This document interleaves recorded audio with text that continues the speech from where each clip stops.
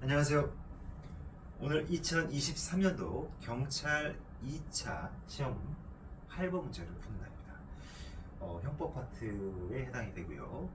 오늘 8번 문제는 드디어 책임 파트에서 위법성 조각 사유의 전제 사실에 대한 최고의 문제입니다. 위전착 문제는 무조건 시험에 나온다고 봐야 돼요. 거의. 특히 책임 파트는 결국은 제일 중요한 게 법률의 착오, 정당한 이유의 유무, 그 다음에 이 위법성 조각 사유의 전제 사실의 착오, 이 두 가지입니다. 그리고 원자해, 그 다음에 책임 능력, 이렇게 이 정도 순서로 계속 돌아가면서 나옵니다. 근데 이 위전착은 이 학설 문제가 굉장히 중요하기 때문에 거의 매년 나와요. 거의 매년 나오고 사례로도 꾸미기가 좋고 최근에 또 판례도 나왔어요. 따라서 이 위전착 문제 너무너무 중요합니다. 반드시 여러분들이 기억하셔야 돼요. 아주 중요한 문제라고 해도 과언이 아닙니다. 그래서 오늘 이 8번 문제 한번 풀어보면서 학설도 정리하고 그 학설에 따른 결론이 어떻게 되는지 그런 부분들도 한번 같이 보도록 하겠습니다. 자, 보시면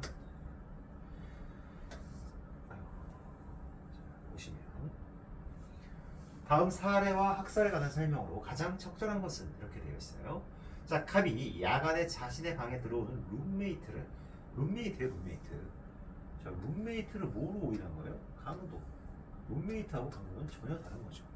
즉, 객관적인 전제 사실, 위법성을 조각시키려면 강도여야 되잖아요. 근데 룸메이트잖아요. 위법성 조각사의 객관적 전제 사실을 착오한 거예요. 그죠? 주관적인 어떤 정당한 요소는 있어요. 주관적 정당한 요소는 있는데 그것이 객관적 전제 사실, 위법성 조각사의 객관적 전제 사실에 착오에 기인한 거예요. 따라서 강도로 오인하고 상해의 고의는 없었어요. 상해의 고의는 없이 방어할 의사로 그를 폭행했다. 즉 상해가 아니고 상해는 아니고 폭행이에요. 폭행. 상해는 아니고 폭행이고 이 강도로 오인한 과실이 회피 가능했다. 즉 과실이 있었다는 거죠. 과실. 자, 요걸 전제로 상해가 아니고 폭행이고 과실이다. 요걸 전제로 문제 풀어보라는 거예요. 딱 객관적인 조건들을 딱 정해준 거예요. 자, 학설 한번 볼게요.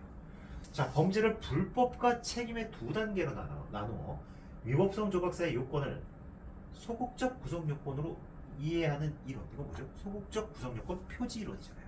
그죠? 불법과 책임 딱 두 단계로 나누고 이 불법이라는 이 안에 소극적 구성 요건 요소도 존재하고 그것이 뭐다? 위법성 조각 사유라는 거예요. 근데 이거 지금 뭐죠?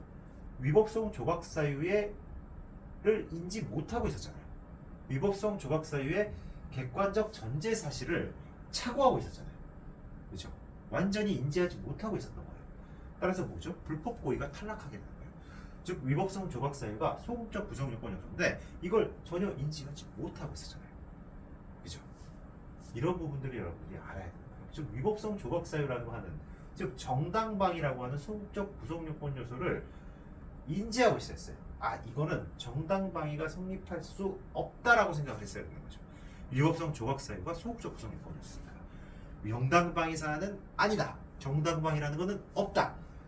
이거는 위법성 조각 사유가 없는 거야. 이렇게 생각을 했어야 된다. 없는 것 소극적. 근데 반대로 생각했잖아요.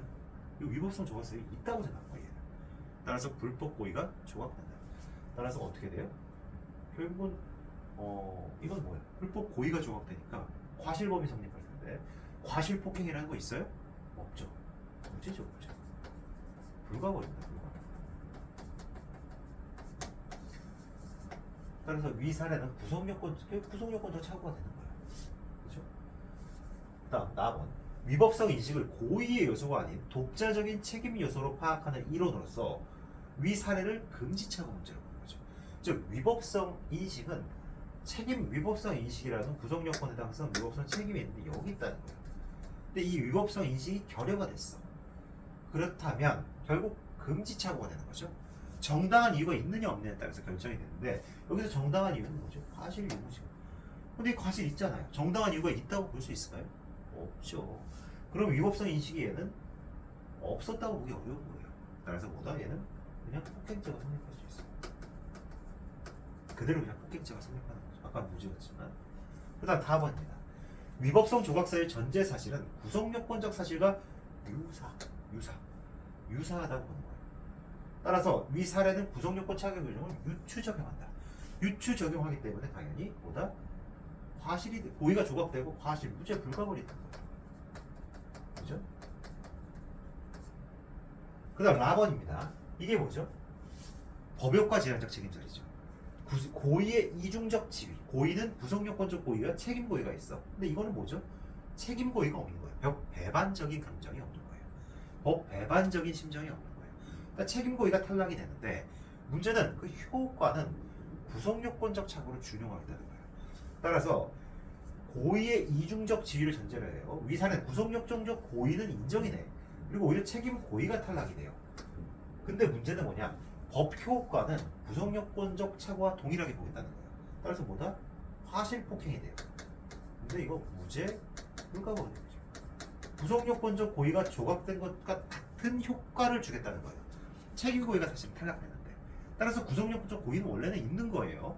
따라서 구성요건하고 위법성하고 책임이 있는데 실제로는 이게 탈락이 된 거예요. 따라서 구성요건하고 위법성이 있기 때문에 공범은 성립할 수 있죠. 제한적 종속 형식에 따르면. 근데 효과는 구성요건적 고의가 탈락된 것을 보겠다는 거예요. 따라서 뭐가 된다? 과실범이 되는 거예요. 근데 과실폭행은 없죠. 불가벌 이렇게 되는 거예요. 그래서 불가벌 세 개가 이렇게 되는 거예요. 자, 가하고 다. 자, 가하고 다에 따르면 가백에는 폭행죄가 성립하죠. 틀렸죠. 불가벌이죠. 나하고 라에 따르면 가백의 상해죄가 라는 안 성립하죠. 나하고 다에 따르면 가백에는 과실치상죄가 성립해? 아니죠. 가하고 라에 따르면 법은 처벌되지 않는다. 4번이죠. 아시겠나요? 이렇게 됩니다. 자, 그래서 여러분들이 이렇게 위법성 조각사유의 문제, 요 판례 특히 잘 기억을 해두시고, 판례가 아니라 이론 잘 기억해 두시고, 법역과 제한적 책임설, 유추적용설, 엄격 책임설입니다. 엄격 책임설. 요거 아까 제가 말씀 못 드렸는데 이 위법성 인식을 독자적인 책임 요소로 보는 거는 엄격 책임설이다. 아시겠죠? 정당한 이유, 과실 이거 굉장히 중요하죠. 과실이 있다면 정당한 이유가 없는 것이고 그냥 고의범이 성립하는 거예요. 그렇지만 정당한 이유, 즉 위법성 인식이 없었고 그러면 책임이 조각되고 거기 위법성 인식이 없었는데 거기 과실이 전혀 없었어요. 그럼 정당한 이유가 있는 거고 그때는 어떻게 된다? 아예 무죄가 되는 거예요. 알겠나? 죄송합니다. 알겠냐 아니라 아시겠죠? 네. 그래서 이렇게 엄격 책임설. 그 다음에 이제 소극적 구성요건 표시 이론. 요 불법 고의. 소극적 요소다. 위법성 조각 사유가 없는 거를 알아야 돼요. 이거 위법성 조각 사유가 이건 없는 사안이다. 근데 얘는 정당방위라고 생각했잖아요.